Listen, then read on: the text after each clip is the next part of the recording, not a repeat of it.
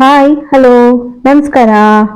ತಮ್ಮ ಹೇಮಾಸ್ ಪುಟ್ಟ ಪ್ರಪಂಚಕ್ಕೆ ಸುಸ್ವಾಗತ. ಎಲ್ರು ಹೇಗಿದ್ದೀರಾ? ಐ ಹೋಪ್ ಎಲ್ರು ಚೆನ್ನಾಗಿದ್ದೀರಾ ಅನ್ಕೊಂಡಿದ್ದೀನಿ. ನಾನ್ ಕೂಡ ಚೆನ್ನಾಗಿದ್ದೀನಿ. ಇವತ್ತು ಕೂಡ ಗಾರ್ಡನ್ ವಿಡಿಯೋನ ತಗೊಂಡ್ ಬಂದಿದ್ದೀನಿ. ಇವತ್ತೆಲ್ಲ ಗಾರ್ಡನ್ ಅಲ್ಲಿ ಏನೇನ್ ಕೆಲಸ ಮಾಡಿದೆ ಅಂತೇಳಿ ಇವತ್ತಿನ ವಿಡಿಯೋದಲ್ಲಿ ಅಪ್ಡೇಟ್ ಕೊಡ್ತಾ ಹೋಗ್ತೀನಿ. ಬನ್ನಿ ನೋಡೋಣ.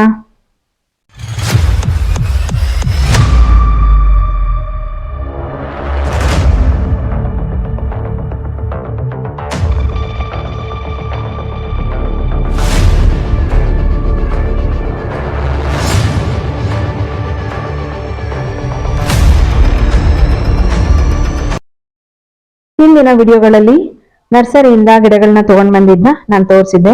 ಈಗ ಅವನ್ನೆಲ್ಲ ರೀಪಾರ್ಟ್ ಮಾಡ್ಬೇಕಲ್ವಾ, ಹಾಗಾಗಿ ರೀಪಾರ್ಟ್ ಮಾಡ್ತಾ ಇದ್ದೀನಿ. ಆ ಪಾರ್ಟ್ ಕೂಡ ಹೊಸದು, ಮೈಸೂರಿಂದ ತಗೊಂಡ್ ಬಂದಿದ್ದು.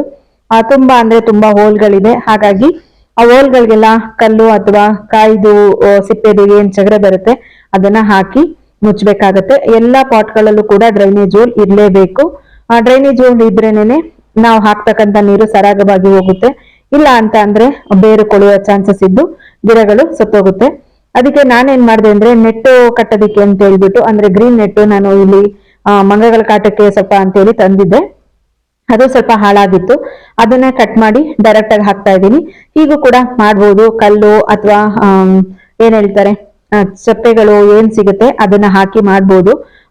ಡ್ರೈನೇಜ್ ಹೋಲ್ ನ ಮುಚ್ಬೋದು. ಇಲ್ಲ ಅಂತ ಅಂದ್ರೆ ಇದೇ ರೀತಿಯಾಗಿ ಕೂಡ ನಿಮ್ಮಲ್ಲಿ ಯಾವ್ದು ಅವೈಲಬಲ್ ಇರುತ್ತೆ ಅದನ್ನ ಹಾಕಿ ಮಾಡ್ಬೋದು. ನಾನು ಗ್ರೀನ್ ನೆಟ್ ಅನ್ನ ಹಾಕ್ತಾ ಇದ್ದೆ, ಯಾಕಂದ್ರೆ ಕೆಳಗಡೆ ಹೋಲ್ಗಳು ತುಂಬಾನೇ ಇತ್ತು.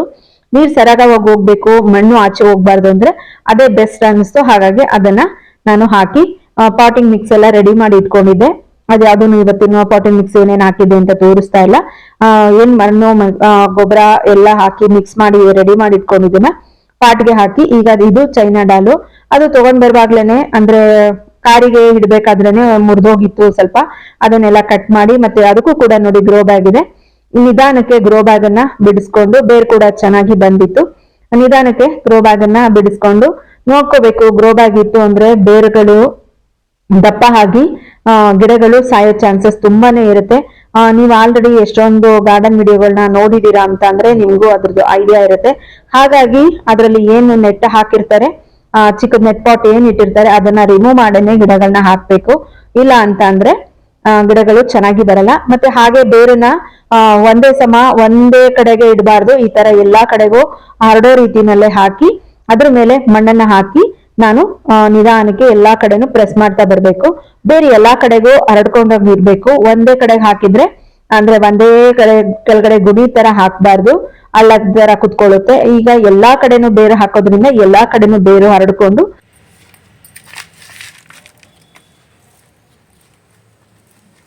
ಚೆನ್ನಾಗಿ ರೀತಿಯಾಗಿ ಪ್ರೆಸ್ ಮಾಡಬೇಕು. ಆಯ್ತಾ? ರೀಪಾರ್ಟ್ ಆಯ್ತಿದು.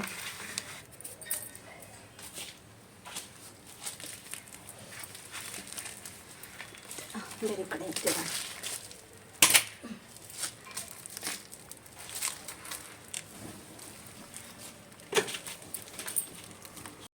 ನಾನು ಕುತ್ಕೊಂಡು ಕೆಲಸ ಮಾಡೋ ಹತ್ರ ತುಂಬಾ ಜಾಗ ಚಿಕ್ಕದಿರುತ್ತೆ, ಹಾಗಾಗಿ ನೀರ್ ಹಾಕೋದಿಕ್ಕಾಗಲ್ಲ. ನಾನು ಏನ್ ಅವತ್ತು ರೀಪಾರ್ಟ್ ಮಾಡೋದಿಕ್ಕೆ ಅಂತ ತಗೊಂಡಿರ್ತೀನಿ ಆದಷ್ಟು ರೀಪಾರ್ಟ್ ಮಾಡಿದಾದ್ಮೇಲೆ ಎಲ್ಲಾ ಕೆಲಸ ಮುಗಿದ್ಮೇಲೆನೆ ಗಿಡಗಳಿಗೆ ನೀರನ್ನ ಹಾಕ್ತೀನಿ.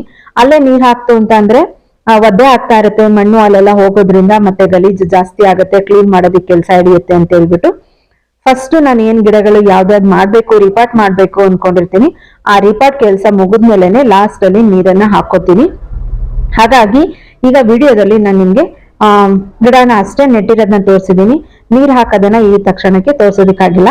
ಈಗ ಸೇವಂತಿ ಗಿಡನ ಹಾಕೋಣ ಅಂತೇಳಿ ಅದಕ್ಕೆ ಕೂಡ ಗ್ರೀನ್ ನೆಟ್ ಇತ್ತಲ್ಲ ಅದನ್ನ ಗ್ರೀನ್ ನೆಟ್ ನ ಸ್ವಲ್ಪ ಸ್ವಲ್ಪ ಕಟ್ ಮಾಡ್ಕೊಂಡು ಡ್ರೈನೇಜ್ ಹೋಲ್ಗೆ ಹಾಕ್ತಾ ಇದ್ದೀನಿ. ಆ ರೀತಿ ಹಾಕೋದ್ರಿಂದ ನೀರು ಸರಾಗವಾಗಿ ಹೋಗುತ್ತೆ. ಈಗ ಅದನ್ನೆಲ್ಲ ಹಾಕೊಂಡಿದ್ದಾದ್ಮೇಲೆ ಸೇವಂತಿ ಗಿಡ ಹಾಕ್ಬೇಕು ಅಂದ್ರೆ ನೀರು ಸರಾಗವಾಗಿ ಹೋಗೋ ರೀತಿನಲ್ಲೇ ಇರ್ಬೇಕು.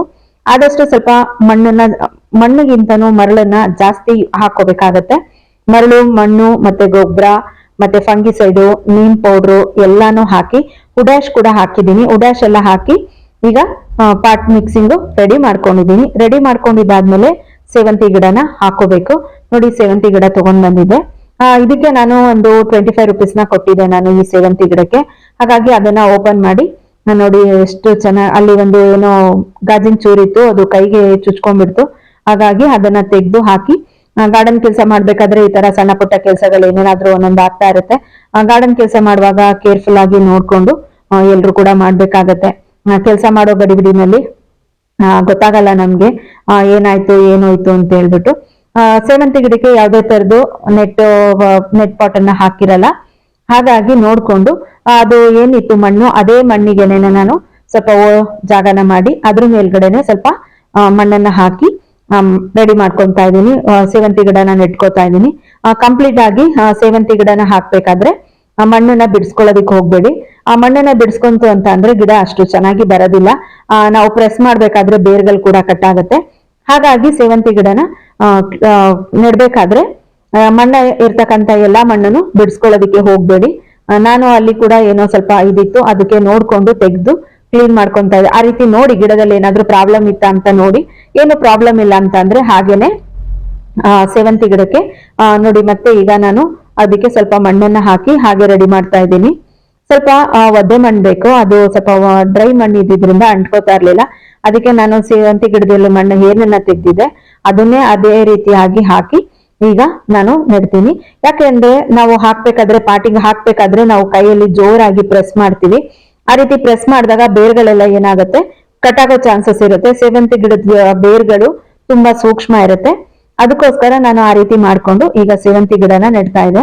ನೋಡಿ, ಅದು ಸೇವಂತಿ ಗಿಡದಲ್ಲಿ ಒಂದ್ ಪಾಟಲ್ಲಿ 2 ಗಿಡ ಇತ್ತು. ಇವಾಗ ಇದೊಂದು ಪಾಟಿಗೆ ಹಾಕಿ ಇನ್ನೊಂದು ಪಾಟಿಗೂ ಕೂಡ ಅದನ್ನ ಹಾಕೋಬಹುದು. ಹಾಗಾಗಿ ಸೇವಂತಿ ಗಿಡನ ನಾನು ಅದೇ ರೀತಿಯಾಗಿ ನೆಟ್ಕೊಂತಾ ಇದ್ದೆ. ಸೇವಂತಿ ಗಿಡ ನೆಡ್ಬೇಕಾದ್ರೆ ಸ್ವಲ್ಪ ಮರಳನ್ನ ಜಾಸ್ತಿ ಯೂಸ್ ಮಾಡಿ, ನೀರು ಸರಾಗವಾಗಿ ಹೋಗ್ಬೇಕು. ಕೋಕೋಪಿಟ್ ನ ಜಾಸ್ತಿ ಹಾಕೊಂಡ್ರೆ ಅದು ನೀರನ್ನ ಹಿಡಿದಿಟ್ಕೊಳ್ಳುತ್ತೆ. ಅವಾಗ ಬೇರು ಕೊಳೆಯೋ ಚಾನ್ಸಸ್ ಇದ್ದು ಗಿಡಗಳು ಹಾಳಾಗುತ್ತೆ. ಹಾಗಾಗಿ ನೋಡ್ಕೊಂಡು ಮರಳನ್ನ ಜಾಸ್ತಿ ಯೂಸ್ ಮಾಡಿ. ಮರಳು ಸಿಗ್ಲಿಲ್ಲ ಅನ್ನೋರು ಪರ್ಲೈಟ್ಸ್ ಅಂತ ಸಿಗುತ್ತೆ ಆನ್ಲೈನ್ ಅಲ್ಲಿ, ಪರ್ಲೈಟ್ ಕೂಡ ಯೂಸ್ ಮಾಡ್ಕೋಬಹುದು. ನನ್ಗೆ ಸ್ವಲ್ಪ ಮರಳು ಸಿಗುತ್ತೆ, ಆ ಕಾರಣಕ್ಕೋಸ್ಕರ ನಾನು ಮರಳನ್ನ ಯೂಸ್ ಮಾಡ್ಕೊಂಡು ಹಾಕ್ತಾ ಇದ್ದೀನಿ. ನೀವೇ ನೋಡ್ತಾ ಇದ್ದೀರಾ ಮಣ್ಣು, ನನ್ನ ಪಾಟಿಂಗ್ ಮಿಕ್ಸ್ ಏನ್ ಮಾಡಿದೀನಿ ಅದು ಎಷ್ಟು ಉಡಿ ಉಡಿಯಾಗಿದೆ ಅಂತೇಳಿ. ಅದೇ ರೀತಿಯಾಗಿ ಇರಬೇಕು. ಮತ್ತೆ ಕೆಳಗಡೆಗೆ ಸೇವಂತಿ ಗಿಡದ್ದು ಎಲೆಗಳು ತಾಗೋ ರೀತಿನಲ್ಲಿ ಇರಬಾರ್ದು. ಆ ಸೇವಂತಿ ಗಿಡಕ್ಕೆ ಬೇಗ ಫಂಗಸ್ ಬಂದ್ಬಿಡುತ್ತೆ. ಎಲೆಗಳು ಮಣ್ಣಿಗೆ ತಾಗೋ ತರ ಇತ್ತು ಅಂದ್ರೆ ಫಂಗಸ್ ಅಟ್ಟಾಗೋ ಚಾನ್ಸಸ್ ಇರುತ್ತೆ. ಹಾಗಾಗಿ ಸೇವಂತಿ ಗಿಡದ ಕೆಲವೊಂದು ಎಲೆಗಳನ್ನ ತೆಗೆದು ನೆಡ್ಬೇಕು. ಎಲೆಗಳು ಮಣ್ಣಿಗೆ ತಾಗ್ತಾ ಇತ್ತು ಅಂದ್ರೆ ಬೇಗ ರೋಗ ಬಂದು ಫಂಗಸ್ ತರ ಆಗಿ ಗಿಡ ಸಾಯೋ ಚಾನ್ಸಸ್ ಜಾಸ್ತಿ ಇರುತ್ತೆ. ಈಗ ಗಿಡಗಳನ್ನೆಲ್ಲ ನೆಟ್ಟಿ ಆಗಿದೆ. ಈಗ ಅದಕ್ಕೆಲ್ಲ ಸ್ವಲ್ಪ ನೀರನ್ನ ಹಾಕ್ಬೇಕು. ನೋಡಿ, ಇದಕ್ಕೆ ಇವಾಗ ಎಲ್ಲ ನೀರನ್ನ ಹಾಕ್ಬೇಕು ಅಂತೇಳಿ ತೋರಿಸ್ತಾ ಇದೆ. ಸ್ವಲ್ಪ ನೀರನ್ನ ಹಾಕ್ಬಿಟ್ಟಿದ್ದೆ, ಆಮೇಲೆ ನೆನ್ಪಾಯ್ತು ನಾನ್ ನಿಮ್ಗೆ ವಿಡಿಯೋ ಮಾಡಿ ತೋರಿಸ್ಬೇಕು ಅಂತೇಳಿ ಒಂದು ಪಾಟ್ ಅಲ್ಲಿ ಇದ್ದಿದ್ದು ಸೇವಂತಿ ಗಿಡನ 2ಕ್ಕೆ ಹಾಕಿದೀನಿ ಅಂತ ಹೇಳಿ ನೋಡಿ ನಿಮ್ಗೆ ತೋರಿಸ್ತಾ ಇದ್ದೀನಿ. ಮತ್ತೆ ಹಾಗೆ ಜೀನಿಯಾ ಬೀಜ ಹಾಕಿದೆ, ಆ ಜೀನಿಯಾ ಬೀಜ ಕೂಡ ಮೊಳಕೆ ಬಂದು ಗಿಡ ಬರ್ತಾ ಇದೆ. ಮತ್ತೆ ನಾನು ನಮ್ ಪಾರು ಹಾಳು ಮಾಡಿದ್ಲು ಅಂತ ನಾನು ನಿಮ್ಗೆ ಹೇಳಿದೆ ಅಲ್ಲ, ಮತ್ತೆ ಹಾಕಿದೀನಿ. ಮತ್ತೆ ಅದು ಜೀನಿಯಾ ಬೀಜ ಚೆನ್ನಾಗಿ ಮೊಳಕೆ ಬರ್ತಾ ಇದೆ. ಸ್ವಲ್ಪ ದೊಡ್ಡದಾದ್ಮೇಲೆ ನಾನು ರೀಪಾರ್ಟ್ ಮಾಡೋದನ್ನ ನಾನು ನಿಮ್ಗೆ ತೋರಿಸ್ತೀನಿ. ಹೊಸದಾಗಿ ಚಾನಲ್ ನೋಡೋರು ನನ್ನ ಚಾನಲ್ನ ವಿಸಿಟ್ ಮಾಡ್ಕೊಂಡು ವಿಡಿಯೋನ ನೋಡಿ, ಹಾಗೆ ಸಬ್ಸ್ಕ್ರೈಬ್ ಮಾಡ್ಕೊಳ್ಳೋದನ್ನ ಮರಿಬೇಡಿ. Thank you for watching. ಮತ್ತೆ ನಾನು ನೆಕ್ಸ್ಟ್ ವಿಡಿಯೋದಿಗೆ ನಿಮ್ ಮುಂದೆ ಬರ್ತೀನಿ.